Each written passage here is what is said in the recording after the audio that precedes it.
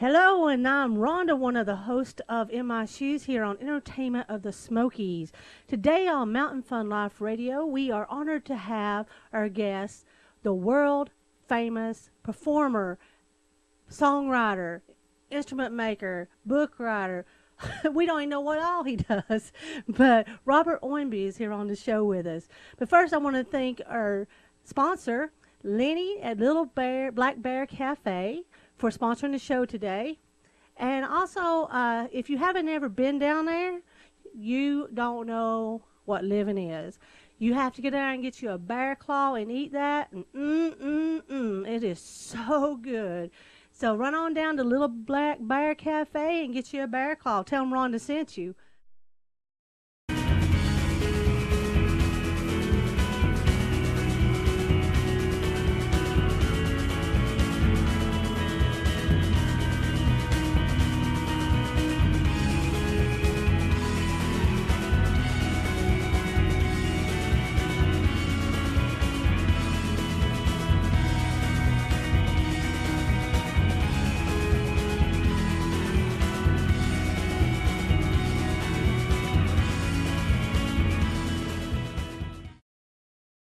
Now I am so excited to welcome to our show Mr. Robert Ownby. Glad to be here, Rhonda. Well, we're glad to have you on the show today. Now, let's go ahead and get started by telling people a little bit about you.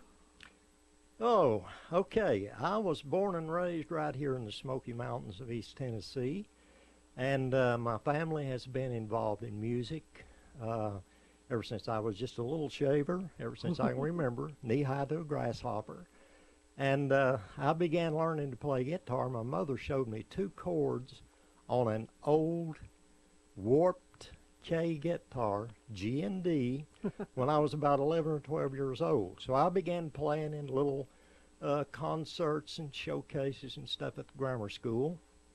And I began attempting to write songs about the same time because I just got so interested. My family had a family quartet, traveled around to a lot of the radio stations, and they would drag me along with them. I would just tag along, and I got so interested in the whole concept of mountain music and mountain gospel, and so that's basically where and how it all began. Wow. You know, that's a great inspirational story that you're telling us about that, because you started out when you was younger, and it's a family field thing. Yes. So after that, you said you started when you was around 11, 12 years old. So what brought you up to, have you recorded some songs, I believe?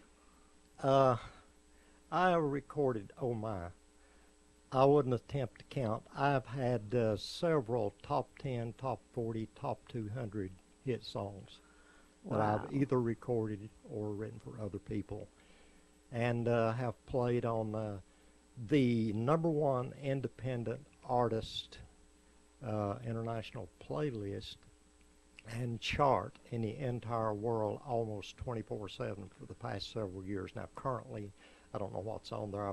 I've really not looked and checked. Well, congratulations on that. Thank Now, you. so basically, you're not just area known; you're worldwide known. Humbly, I say yes.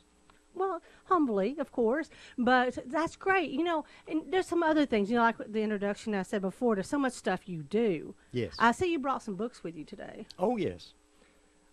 This one is the Ownby's Smoky Mountain Heritage, the Ownby family from my dad's side, that has been a bestseller, Amazon bestseller, several months. I think about a year or two ago when I first came out with that one. I don't remember the exact date, but 5-star, 5 gold star rated. Wow. And this one, our Tennessee Mountain Home, was written by a friend of mine, and I just helped her to publish it, Olivia Helton Crisp. And that's on the Crisp family. And this one, another friend of mine, and my wife and I, Landra Skinner Sims. This is book number 4, not necessarily a series, but a set of books, children's books, and it's called Frog Hollow, and that is the most recent edition, and it's a special holiday full color edition.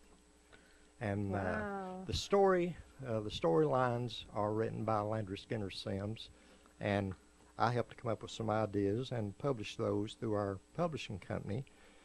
And our music, this is all connected to our music publishing. Rob Can Publishing, it's a combination of Robert and Candy. Rob Can Publishing, which is also the an official registered Rockabilly Hall of Fame company. Wow. So we're fully registered with Rockabilly Hall of Fame. So now, if someone wanted to find these books, where's some places they could look? Anywhere, Amazon, Barnes and Noble. If bookstores don't have them on the shelves, they can give the ISBN number or the title of the book, author, whatever, and they can get those. And they All can order right. anywhere in the entire world. Wow. Well, I definitely would like to read some of these, and I'll be talking to you after the show about that. I will get some. See that you get some. We'll copies. we'll take care of that. But now let's talk about some more writing. I know you write Yes. songs. Tell me about some of the songs you've wrote. Well, I have written several songs. Catch a Raindrop was written, and my wife sang it right at the beginning. I don't remember the exact year. Right at the beginning of the Iraq War and Desert Storm, somewhere along there. And it was about a little girl who her daddy went off to war and didn't return. And Catch a Raindrop played across all venues of music. It played country, it played classical radio, it played rock radio, all genres of music. It crossed over and played all over the world, and we received gold status on that one. Not in sales because we didn't sell it. I refused. I would tell people, listen, we will not sell this song, this recording to anyone and make a profit or make money on tragedy, especially the tragedy of war and loss of life. So what we did is we sent out the song and gave it away. And we were awarded gold status on the quality, playability, and the amount of play that it got. Oh, that From is Nashville, amazing. Tennessee. That is amazing. Yes. There's not very many artists out there that would do something like that. I mean, everybody's out to make a buck off of Yes. tragedies or whatever. They use the tragedy for their own self-serving purposes. And I understand that people, if they're in music business, they have to make money.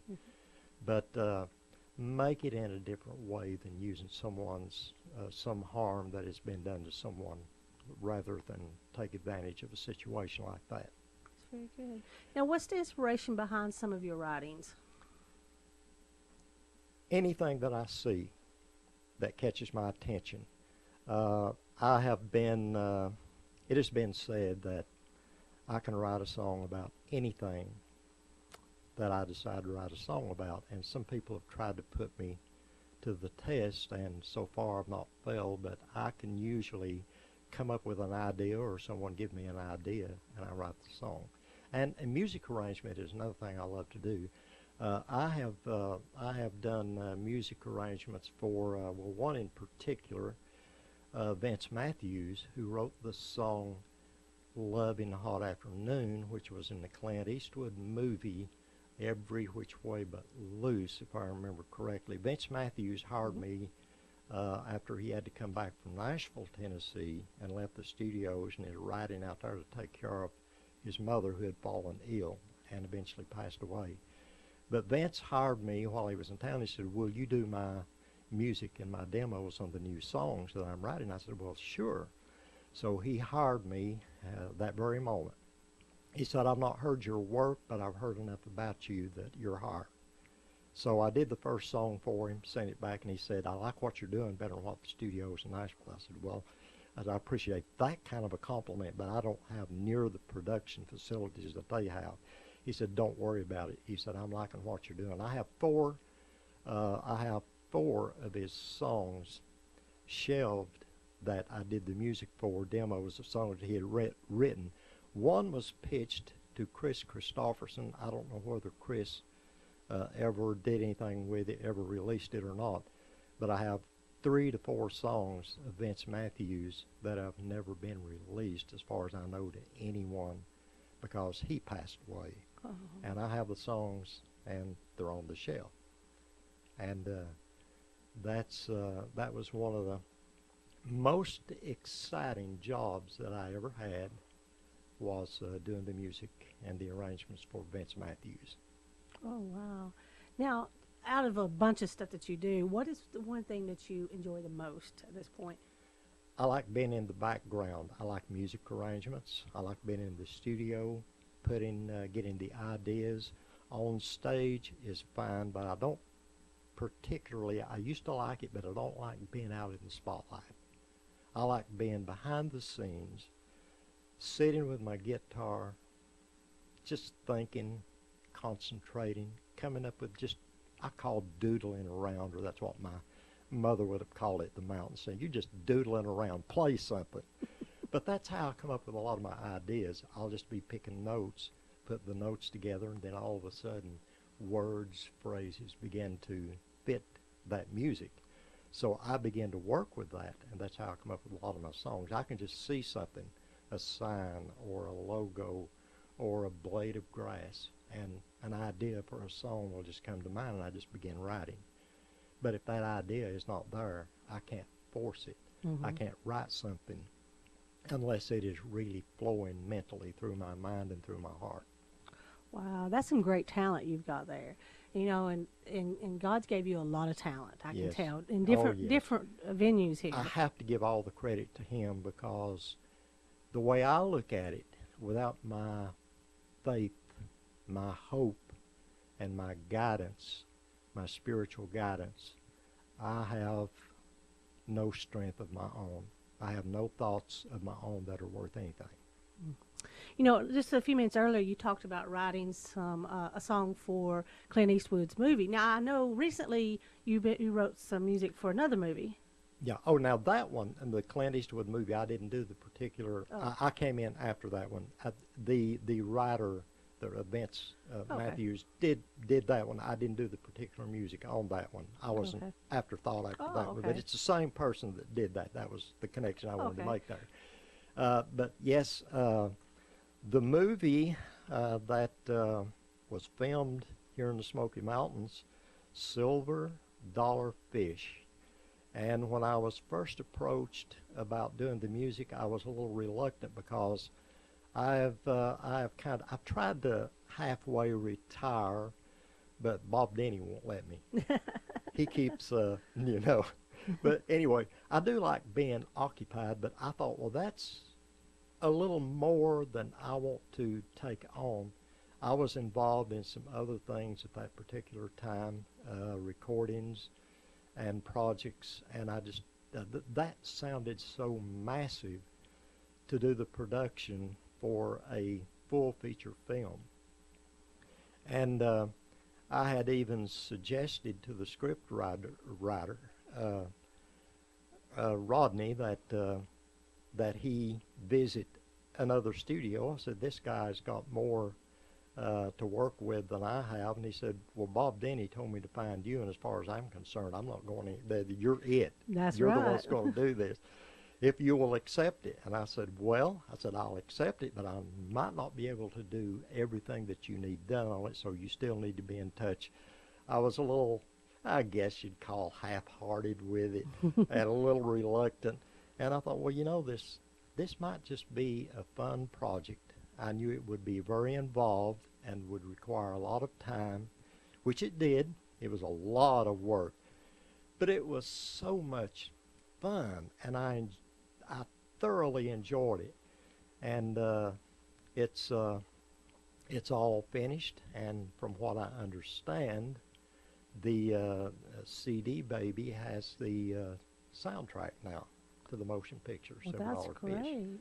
I just got that information this morning. I was told to keep my mouth shut yesterday evening, not to say a word until today, and that it would be made known today. So when it comes up on the internet or on Facebook, well, then I know that my gag order is lifted and I'm free to talk about it. Well, So, see, you heard it here first. heard it here first. On Mountain Fun Exactly. Life Radio. That's Yes. right. I mean, exclusive right here. They can now go to CD Baby and clip on the little sample clips of the soundtracks of the songs from Silver Dollar Fish. And I had the privilege of writing the theme song, The Silver Dollar Fish. Really? Yes. You know what? I have a surprise for you. We have the trailer for Silver Dollar Fish. So we're going to play that now, if that's okay. Sure.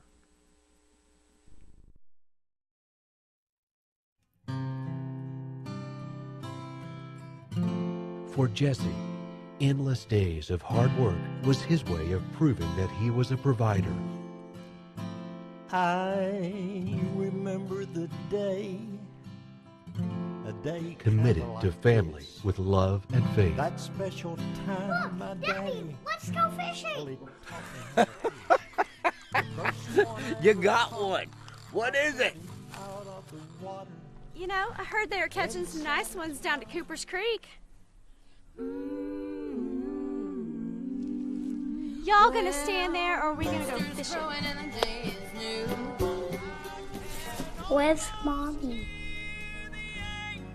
But sometimes our faith is challenged, and we question if we're a provider after all. You just have to do the best you can. I received another phone call from that creditor. I don't think he wants his money. He wants his farm. Open the door for me.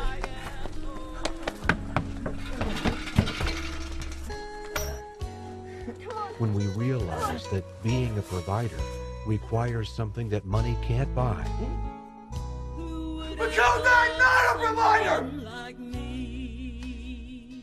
I'm a worthless, crippled! That's what I am! and the family must stand together. He's gonna be all right. But you have got to keep it together. Back off! You don't want to shoot me, Mrs. Nelson.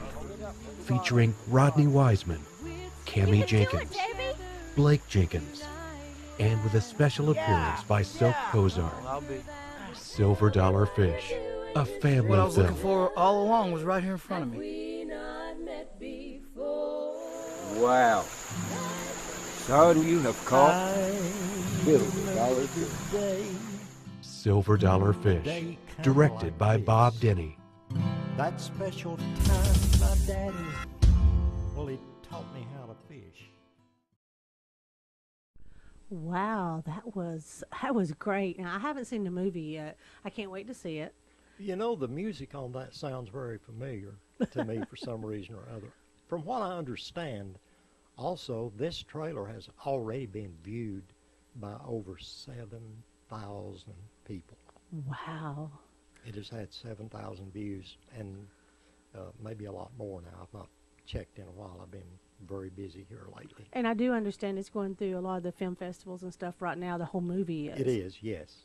So maybe That's my soon we understanding. can see it on the big screen. Yes. That would be awesome. I'm anxious to see that. Well, when that happens, you call me. I'll get the popcorn. I'll buy us a Coke. We're going to go watch it We're together. going to go see the movie. That's right. And my advice to everyone else, if you want to see a very family-oriented film, full feature film that everyone, you'll laugh, you'll cry, you'll feel the strong emotion. If you have emotion at all, this movie is going to touch someone. And I advise you to go see it. I want to touch back on about your books for just a second. Yes. What inspired you to start writing books, basically? My family genealogy, actually. I had been interested for some time in looking back into my family tree, and I wasn't sure what I was going to find. You never know. You never know. But I actually wanted to do the research, which I did, and go back in time, and I found out that one of my great-great-great-grandfathers fought with John Sevier in the Revolutionary War, and also was helped to keep the, I guess, the line of peace, and tranquility between the the Indians. I call them Native Americans. That's more proper. And the troops. He would help run the line, hold the line of peace and unity between the factions in the Smokies. He was with an elite group of men called the Over the Mountain Men. Wow.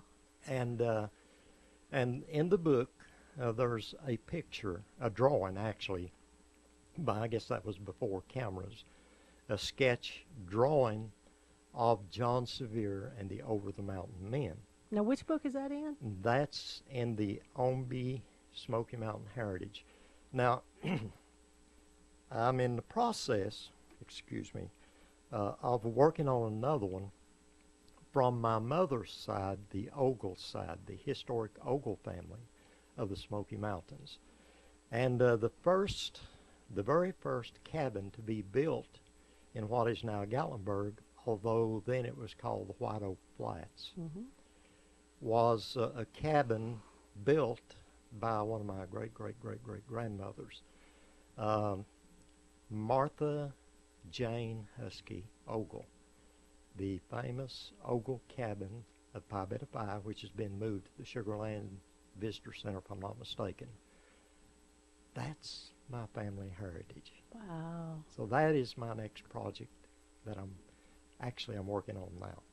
Well, that sounds like a fun thing to keep up, go through your family and stuff. I know I have a very interesting family on my mother's side, the Matoys, which is Cherokee. Right. And on my dad's side, I don't really know that much about the Smalllands, and it's been hard for us to find stuff like that. So you're very blessed to be able to find information about your family. It's not easy to trace genealogy because a lot of the old timers, unless there was a Bible record in the records section, something like that, that's really about all the information that they kept and had available. So sometimes that's the only source that you have to go to in some of the situations. But it's been fun. The Frog Hall of the children's books have been very interesting, and these people are just dear people. The Simses, Landra and Martin Sims. And he came to me one day and said, my wife has a children's story. She's afraid to ask you to help her publish it. He said, would you help her? And I said, why, I sure will. He said, well, she's not going to ask. Will you approach her with the subject? I said, sure I will. So after our church service one morning, I just walked back to her, and I said, I hear you have a story you want to tell and put into book form. And she said, well, yes, I do. I said, I will help with that. So I offered my publishing expertise, what little I have, and we began Frog Hollow 1, and now we have Frog Hollow 4, which is the full-color holiday edition. Well, I'm definitely going to read that one. I like children's books. But let's talk about music a little bit more. Because now I'm a music person. I love music. I don't think I could breathe without it sometimes. I mean, anytime I have whatever mood I'm in, there's music for that. Right. And it inspires me just to hear music. I remember growing up, sitting on the front porch and listening to music, and the old timers tell the ghost stories and stuff like that. That was how I grew up. And I don't think that a lot of the young people this day and time understands what that is. No. Music, a lot of times for me, will set the mood or give me the type of mood that I'm looking for, comfort, peace, in a certain song. I was very down and out one day.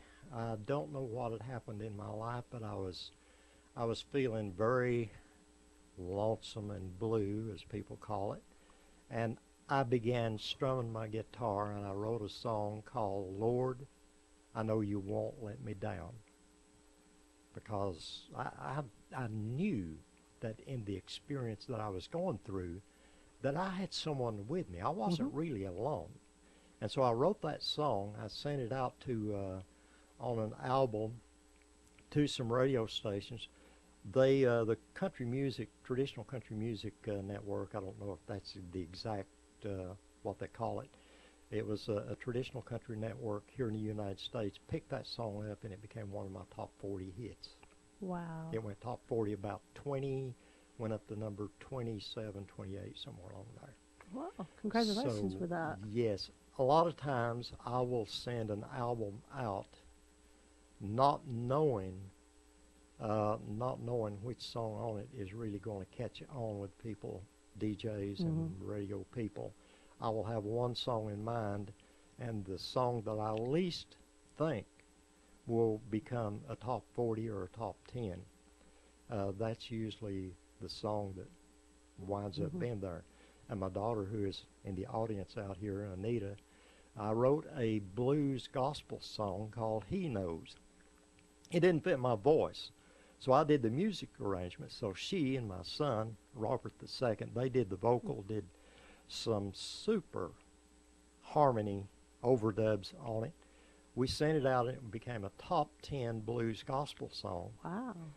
And then not long afterward, my wife and I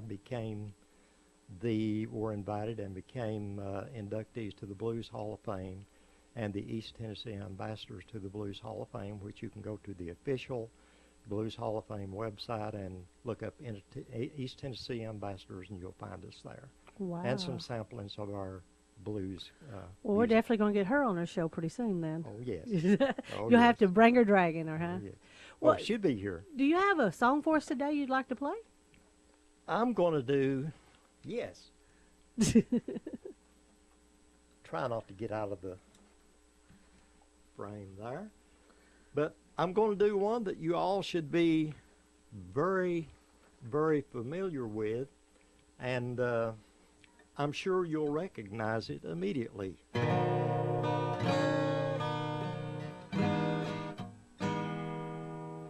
Take me fishing, Daddy.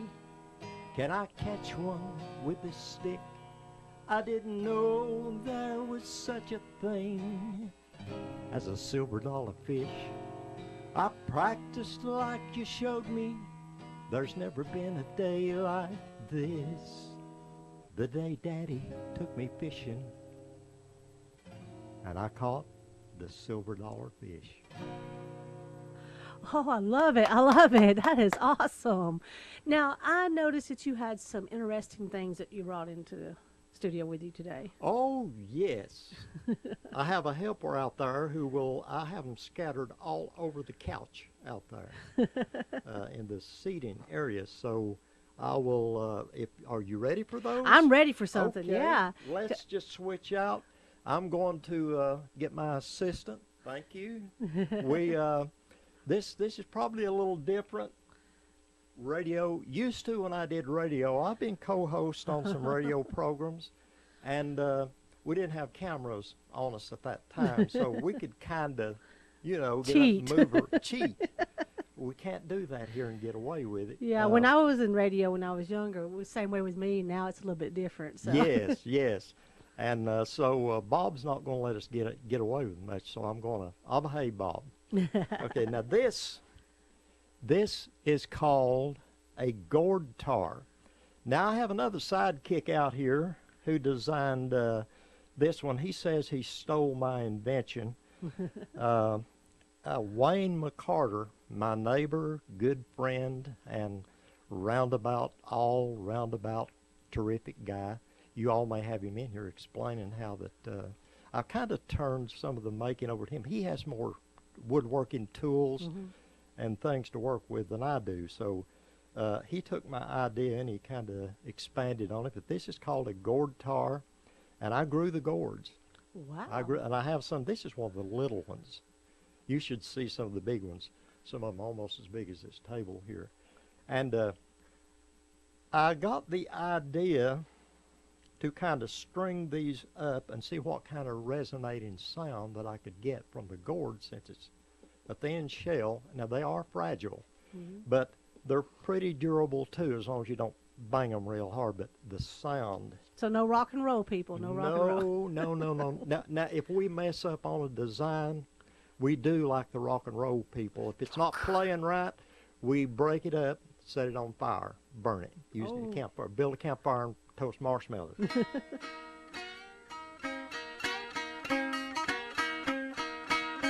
Wow, you can actually really play them.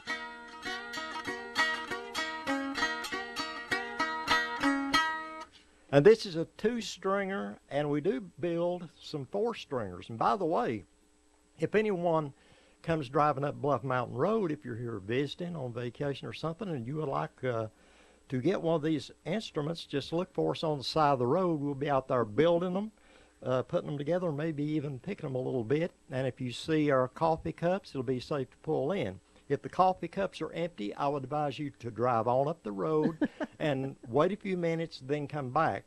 Now, if there are no coffee cups at all out there, enter at your own risk. So what you're saying is bring coffee with you. if there's no coffee cup, if they bring coffee, it'll be safe to enter. Okay. Most people will put up a sign that says, beware of dog. Our sign would read, if we had one up, beware of empty coffee cup. So we'll switch out here.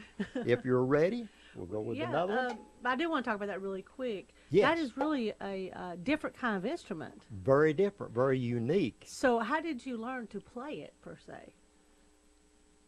Trial and error. Trial and error. I tuned it up kind of like you would tune a banjo in a banjo key or a mandolin. Like an open key, and then you can note it. Yeah, it's kind of like an open G or an open D or whatever. Now this one, now this regular old soup bean can or green bean can. And most, now there are other people who build these, and most of them put the neck, the handle as I call it, from the inside out, and you have to play it this way, and it kind of kills the sound. This is acts as your resonator, kind of like the open hole in a guitar. Well, my buddy Wayne, bless his heart, he comes up with this bright idea. Wayne McCarter, yeah, he's out there. Or rib him a little bit. I go over one day and he says, hey, I expanded on your idea. I don't know if it's any good or not. I picked it up and played it, and I thought, well, hey, that's not half bad. You know, he's smarter than he looks. Oh. He's smarter than he looks. Don't let the looks fool you. But he came up with the idea. He said, this is your resonator. Why not put the strings over it like a guitar? So now, of course, these are really fine depending on the size of string as the amount of volume you get. That has a lot to do with it. And, of course, a smaller can like this, you don't get as much volume, but they are fun to play.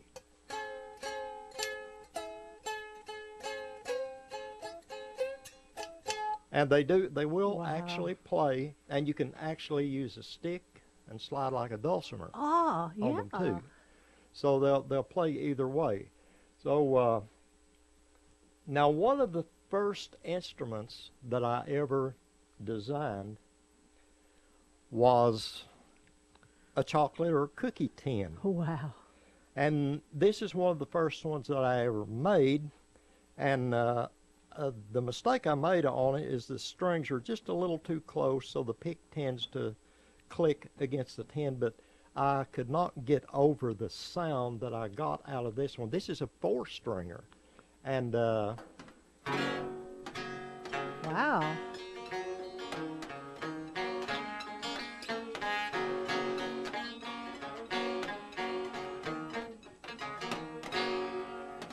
So, but these actually play. We have some of the round cookie tins, and I actually built one that sounds almost identical to a banjo. Wow. It was a deep, round cookie tin. So we just, it's just a little hobby that we do, and we thought, hey, let's just build these up. We can give them away as gifts, or if people want to purchase one, they can purchase one. Wow. Now, where would they contact you to purchase one at?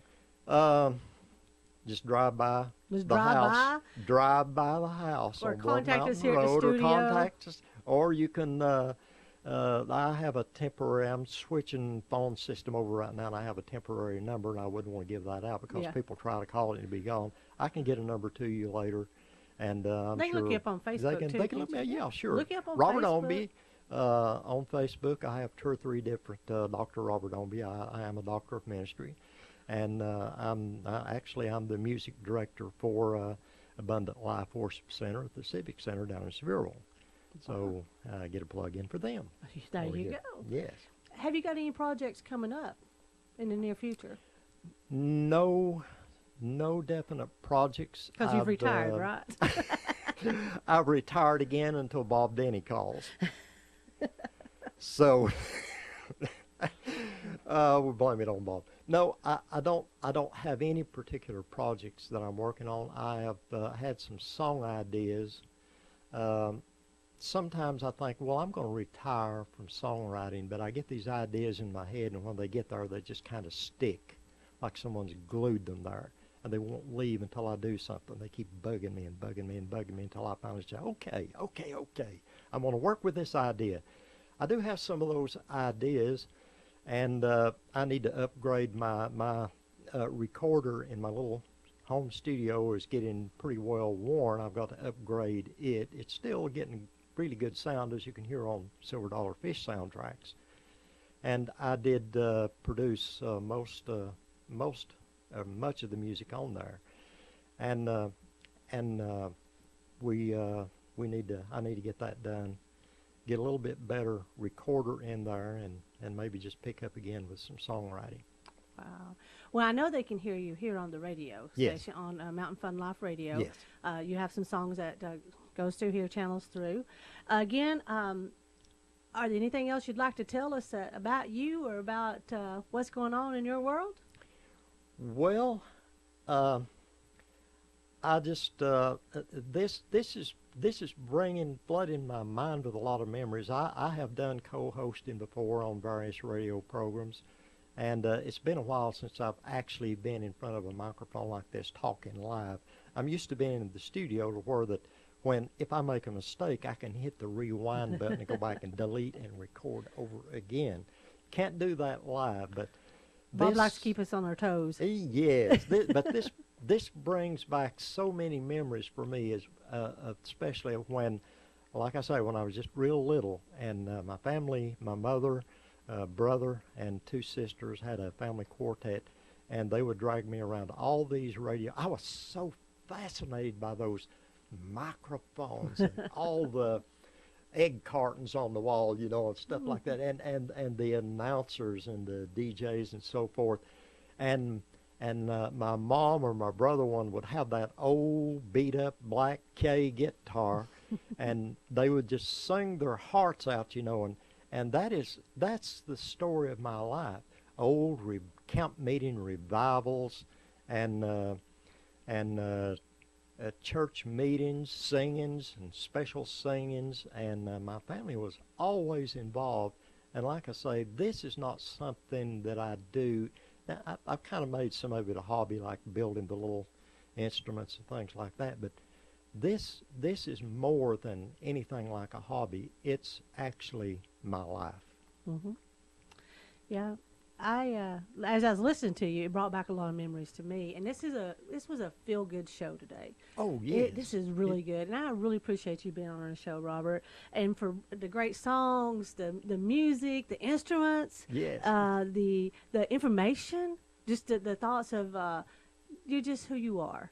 You're not trying to put on airs for nobody. You're just down country earth person. I was brought up here in the mountains on a little country farm. And matter of fact, that's where I'm still living. It's not a farm anymore. I used to grow a few tomatoes and things. My dad was a farmer. We had a cow, mule, or horse or something all the time. And I've done sledding, logging, the most dangerous job in the world, as it was, at least it was once rated, with the old logging trucks and all that. I grew up a rough, hard, difficult life. Never had much money. But we always had the life itself was a joy. It was an enjoyment, and I have several hours of study with colleges and universities. I've currently or have been currently in Harvard Law School as a student of intellectual property law and contracts and things of that sort. But when I look at that, when I think about that, I'm still me. Harvard doesn't change me. Nothing else. No university. No amount of people getting to know me around the world. I'm still this mountain guy who had very humble, but proud upbringing. And I relish that with all my heart. And I wouldn't change it. Well, I'm glad you're sticking to your roots, Yes. and I appreciate you being on the show. And we want to thank Lenny at the Little Black Bear Cafe for sponsoring the show today. And to remember, watch In My Shoes. That's my TV show. That's with Susan Rose. We'll be here on Mountain Fun Live. We'll be live coming up pretty soon. Just be watching for us. It's an inspirational show. And it's actually, we'd like to have you on it sometime. Oh, sounds great. And also, we have a great lineup of guests all the time, so always check back in. And don't forget to climb a mountain and find a rainbow behind a cloud. Thank you all. Thank you.